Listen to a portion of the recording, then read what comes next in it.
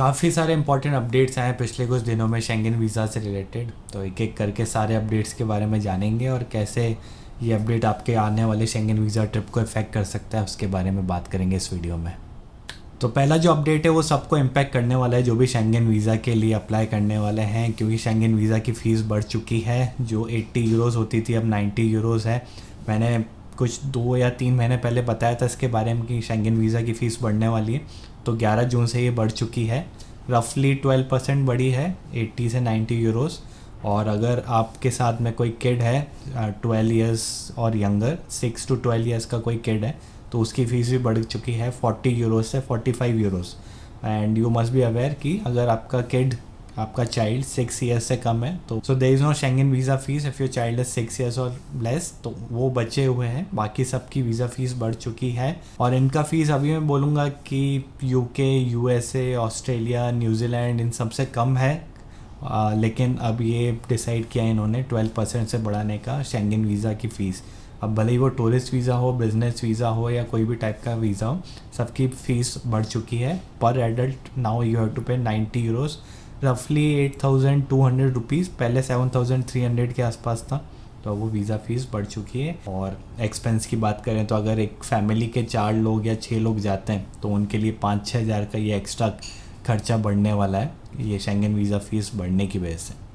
अगली अपडेट है Bulgaria, Romania से रिलेटेड, जो नई शेंगन कंट्रीज़ हैं जिन्होंने रिसेंटली ज्वाइन किया है। अब 27 से बढ़कर 29 हो चुकी है, नो डाउट उसमें। लेकिन ये है अपडेट कि बुल्गारिया, रोमानिया में जितने दिन आपने स्पेंड किए हैं वो भी काउंट होएगा, जो आपके 90 डेज़ काउंट होते हैं 180 डेज़ में। तो अगर आपको वीज़ा मिलता है बुल्गारिया, रोमानिया का 90 डेज़ का, और अगर आप वहाँ पे स्पेंड करते हो ऑलरेडी 70-80 डेज़, फिर चाहते हो कि शेंगन की दूसरी कंट्रीज़ भी ट्रैवल करना है, तो आप हार्डली जो रिमेनिंग है 10-15 दिन में इतना ही ट्रैवल कर सकते हो। जो स्पेंड किया आपने बुल्गारिया, रोमानिया में, वो काउंट होएगा आपके 90 डेज़ की लिमिट से।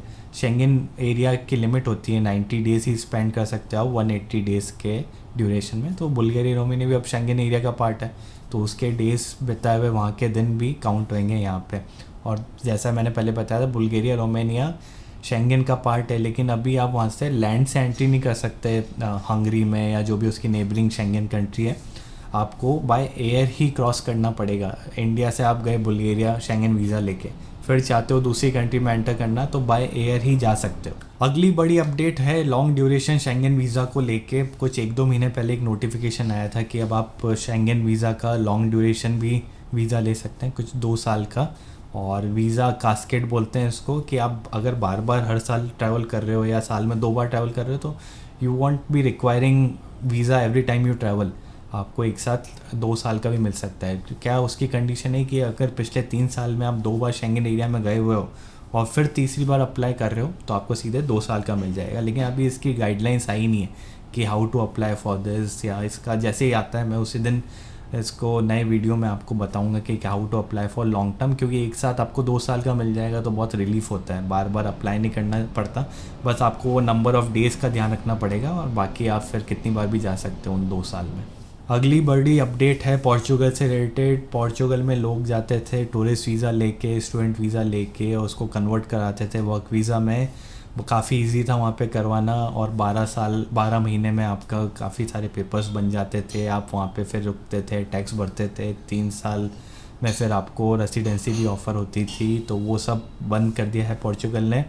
अब आप टूरिस्ट वीज़ा को वर्क वीज़ा में कन्वर्ट नहीं करा सकते पोर्चुगल में। अगली ये वाली अपडेट यही थी कि पोर्चुगल ने वर्क वीज़ा वाला रूट बंद कर दिया है कि आप टूरिस्ट वीज़ा को वहाँ के वर्क वीज़ा में कन्वर्ट नहीं करा सकते। अगली बड़ी अपडेट आ रही है जर्मनी से। जर्मनी में जैसे मैंने पहले बताया था, जॉब सीकर वीज़ा पहले आता था, अब उसकी जगह अपॉर्चुनिटी कार्ड देना इशू करना स्टार्ट कर दिया है। 1 साल का ये कार्ड लेके आप वहाँ पे आ सकते हैं। 1 साल तक आप जॉब ढूंढ सकते हैं आपकी कैटेगरी के हिसाब से, स्पेशली उन लोगों के लिए जिनके पास एक अच्छा एजुकेशनल बैकग्राउंड है, अच्छा वर्क एक्सपीरियंस है, ताकि अगर आप वहाँ पहुँचते हो अपना CV लेके तो आपको जॉब मिल जाए 1 साल में। ये सब हुआ है क्योंकि जर्मनी काफ़ी पीछे हो गया है GDP में। 2-3 क्वार्टर से उसकी GDP बिल्कुल ग्रो नहीं कर रही है, उसको लेबर शॉर्टेज है, वहाँ के वर्क फोर्स काफ़ी कम हो गया है, इसलिए वो चाहते हैं दूसरी कंट्री से जो स्किल्ड लेबर है वो उनकी कंट्री में आए। पूरे 1 साल का कार्ड बनता है ये, और आप वहाँ पे वीकली इसमें 20 घंटे का काम भी कर सकते हैं पार्ट टाइम, और जैसे ही आपको जॉब मिलती है इसको आप कन्वर्ट करा सकते हैं लॉन्ग टर्म एम्प्लॉयमेंट वीज़ा के लिए,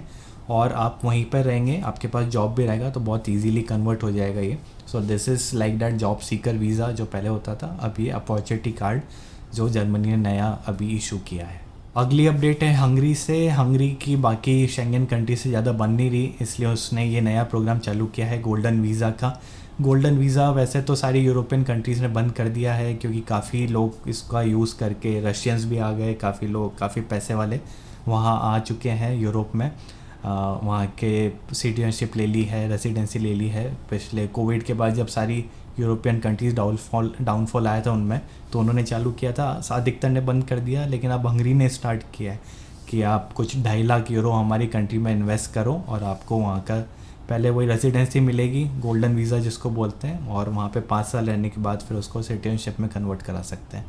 तो हंगरी ने ये गोल्डन वीज़ा भी रिसेंटली स्टार्ट किया है। अब इसके बाद एक लास्ट अपडेट यही देना चाहता हूँ कि अगर आपका वीज़ा आ चुका है, आप ट्रैवल करने वाले हो किसी पार्ट में शेंगन में, तो जस्ट उस ड्यूरेशन में, जैसे आप 7-8 दिन के लिए जाने वाले हो, सर्च करके जाओ कि कुछ प्रॉब्लम तो नहीं हो रही उस एरिया में उस टाइम के लिए। जैसे कुछ ना कुछ चलता ही रहता है यूरोप में भी, फ्रांस में ओलंपिक चल रहा है, जर्मनी में यूरो चल रहा है, कहीं ड्रॉट आया हुआ है, स्पेन में फ्लड्स आए हुए हैं, किसी पार्ट में हीट वेव आई हुई है। तो जस्ट मेक श्योर कि आपका पूरा ट्रिप स्पॉइल नहीं हो, तो उस ड्यूरेशन के लिए, उस 8-10 दिन के लिए सर्च करना कि how is the climate condition there. कहीं लुफ्तांसा की बहुत सारी स्ट्राइक हुई है रिसेंटली एयरलाइंस की, तो वो सर्च करके जाओ कि आपकी एयरलाइंस की कुछ स्ट्राइक तो नहीं है, उस कंट्री में कुछ और स्ट्राइक तो नहीं होने वाली। काफ़ी सारी ट्रेन्स की स्ट्राइक चल रही थी पिछले 1-2 महीने से जर्मनी में, फ्रांस में, तो कुछ वो सब तो नहीं है। क्या कंडीशन है उस एरिया की जहाँ आप जाने वाले हो, वो प्लीज़ सर्च करके जाना। ये बहुत देखा है कि लोग गए, हाँ 3-3 महीने पहले प्लान करते हैं, वो वीज़ा आ गया, वीज़ा करके जब जाने की बारी आती है, जब पता पड़ता है कि इस कंट्री में तो ये चल रहा है। तो जस्ट मेक श्योर कि आपका ट्रिप स्पॉइल नहीं हो, इसलिए सर्च करके जाओ इन सब प्लेसेस के बारे में। और आगे जो जो अपडेट आती रहेगी मैं देता जाऊँगा आपको। बहुत जल्दी मिलते हैं अगले वीडियो में।